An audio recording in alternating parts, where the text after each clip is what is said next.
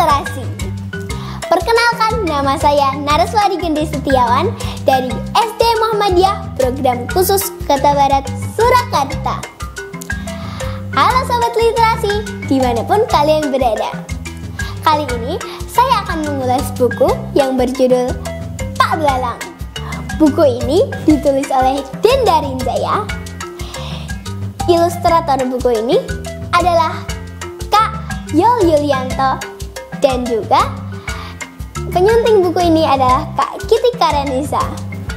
Buku ini diterbitkan oleh Badan Pengembangan dan Pembinaan Bahasa Kemendikbud tahun 2016. Sobat, yuk kita lihat sampul buku ini. Di dalam sampulnya terlihat kapal yang sedang berlayar dan juga dijaga oleh 3 orang pengawal. 3 orang pengawal itu membawa tombak. Dan juga ada seorang lelaki yang sedang membawa toples berisi belalang. Juga ada anak lelaki yang sedang bersembunyi dari para pengawal itu. Kira-kira apa ya ceritanya? Daripada penasaran, mari kita ulas buku ini.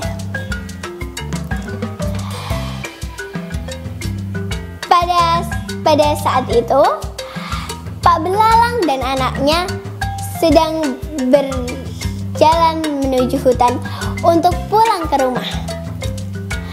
Tanpa disangka, mereka bertemu pencuri sapi. Ih, serem banget ya. Kira-kira apa yang dilakukan mereka? Ya, mereka mengendap-endap untuk terus berjalan pulang. Tetapi Pak Belalang berpesan kepada anaknya untuk mengingat tempat itu. Akhirnya, setelah sampai di kampung mereka, Pak Belalang melihat rumah-rumah terang semua. Dan sepertinya keadaan ramai, padahal biasanya sepi. Ternyata sapi-sapi yang dicuri itu adalah milik tetangga Pak Belalang. Apa yang dilakukan Pak Belalang ya? Ternyata Pak Belalang itu pura-pura tidur ya teman-teman. Dan dia mengigau seperti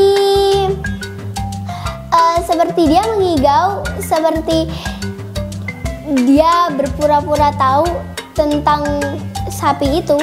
Sebenarnya memang tahu sih, tapi dia yang pura-pura mengigau saja.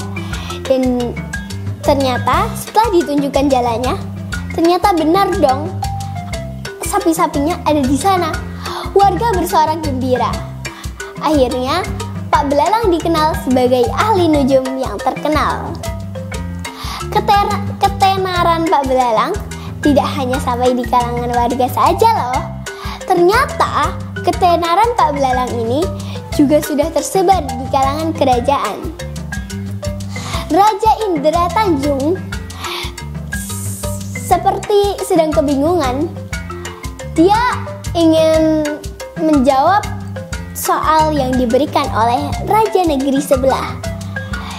Dia mencoba berkomunikasi dengan patihnya. Patihnya pun mengusulkan tentang Pak Belalang. Akhirnya dia memanggil Pak Belalang. Dan Pak Belalang menghadapi cobaan yang sangat sulit. Ternyata yang ditanyakan raja sebelah itu susah-susah teman-teman. Masa kita suruh ngehitung timun yang belum dibelah? Masa kita suruh ngehitung biji timun yang belum dibelah? Kan aneh ya? Dan masih ada 2 pertanyaan lainnya. Ternyata dengan kecerdikan Pak Belalang berhasil menjawab ketiga soal tersebut. Tentunya dibantu anaknya ya. Anaknya mengintai kerajaan sebelah. Tapi Pak Belalang udah tobat nih. Pak Belalang akhirnya berpura-pura berkata kalau kekuatannya itu sudah hilang karena menjawab soal yang sangat sulit. Akhirnya, sebagai imbalan bisa menjawab ketiga soal tersebut, Pak Belalang dihadiahi tanah yang sangat besar. Akhirnya Pak Belalang menggunakan tanah tersebut untuk menanam padi dan mereka hidup bahagia bersama anaknya. Nah, teman-teman, kira-kira perilakunya